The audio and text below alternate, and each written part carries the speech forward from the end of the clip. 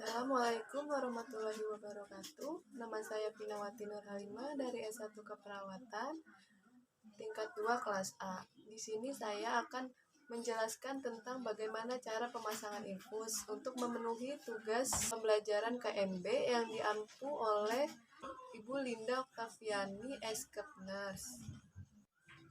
Baik, di sini saya akan mulai menjelaskan bagaimana cara pemasangan infus. Yang pertama, saya akan menyebutkan alatnya, yaitu ada standar infus, cairan infus, set infus, aboket, perlak, ada bidai, ada toniquet, ada betadine. Selanjutnya ada kapas alkohol, gunting, plester, dan yang terakhir yaitu sarung tangan.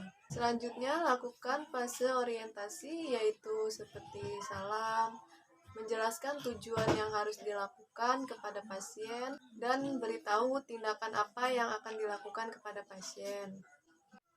Selanjutnya masuk ke dalam tahap kerja. Yang pertama, mencuci tangan terlebih dahulu menggunakan sabun dan air mengalir dengan cara 6 langkah. Setelah itu periksa etiket. Setelah periksa etiket, tusukkan selang infus ke botol infus, lalu gantungkan botol infus pada tiang infus. Setelah itu alirkan cairan infus ke dalam selang infus. Setelah dialirkan cairan infus, isi ruang yang ada pada selang infus setengahnya saja, jangan sampai penuh. Setelah diisi, jangan lupa untuk mengunci pengatur cairan infus 2-4 cm di bawah tetesan infus. Selanjutnya, apabila pasien dilakukan penusukan di tangan, bisa menggulung bagian baju pasien. Apabila baju pasien itu dengan menggunakan lengan panjang. Apabila dilakukan di bagian kaki, pasien bisa membuka celananya agar lebih mudah untuk dipasang apabila pasien tersebut menggunakan celana panjang. Selanjutnya, lakukan pembendungan untuk mengetahui suatu vena yang akan dilakukan pemasangan infus menggunakan tourniquet. Vena yang akan dipasangkan infus yaitu vena yang biasanya tidak bercabang. Selanjutnya, jangan lupa menggunakan sarung tangan untuk menghindari terjadinya suatu infeksi. Sebelum dilakukan penusukan, sebaiknya menghapus hama lokasi punskit terlebih dahulu menggunakan alkohol swab. Lalu tusukkan aboket ke dalam vena dengan menggunakan ukuran yang tepat dengan vena pasien. Untuk macam-macam aboket yaitu ada warna biru, hijau, kuning, merah muda, dan abu-abu. Biasanya makin besarnya angka, makin kecil ukuran si jarum aboketnya tersebut. Contohnya, warna kuning dengan angka 24 biasanya digunakan untuk bayi, anak-anak, dewasa pun bisa apabila memiliki vena yang kecil.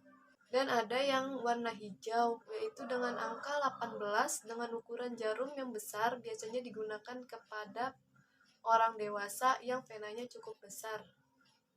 Karena dalam pemasangan infus kita harus tepat sesuai dengan vena si pasien.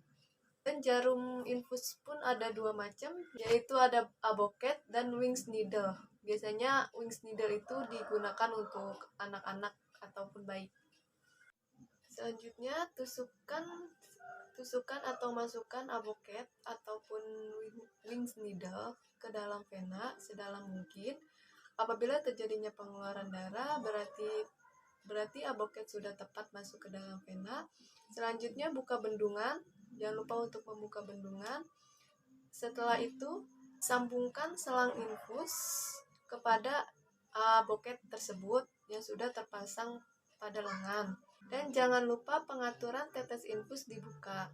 Setelah itu, lihat dan menilai ada atau tidaknya pembengkakan pada lengan pasien yang dilakukan pemasangan infus. Jarum ditambahkan dengan plester, ditutup menggunakan plester.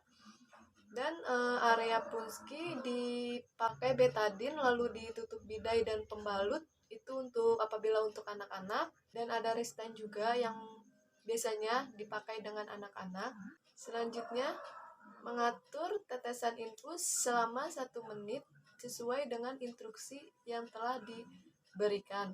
Dan apabila sudah selesai, rapikan pasien, rapikan alat, mencuci tangan kembali menggunakan sabun dan air mengalir. Jangan lupa untuk mencatat tanggal dan jam pemberian cairan infus dan macam-macam cairan infusnya. Dan jangan lupa untuk mengobservasi reaksi pasien, apa yang pasien rasakan setelah dipasangkan infus.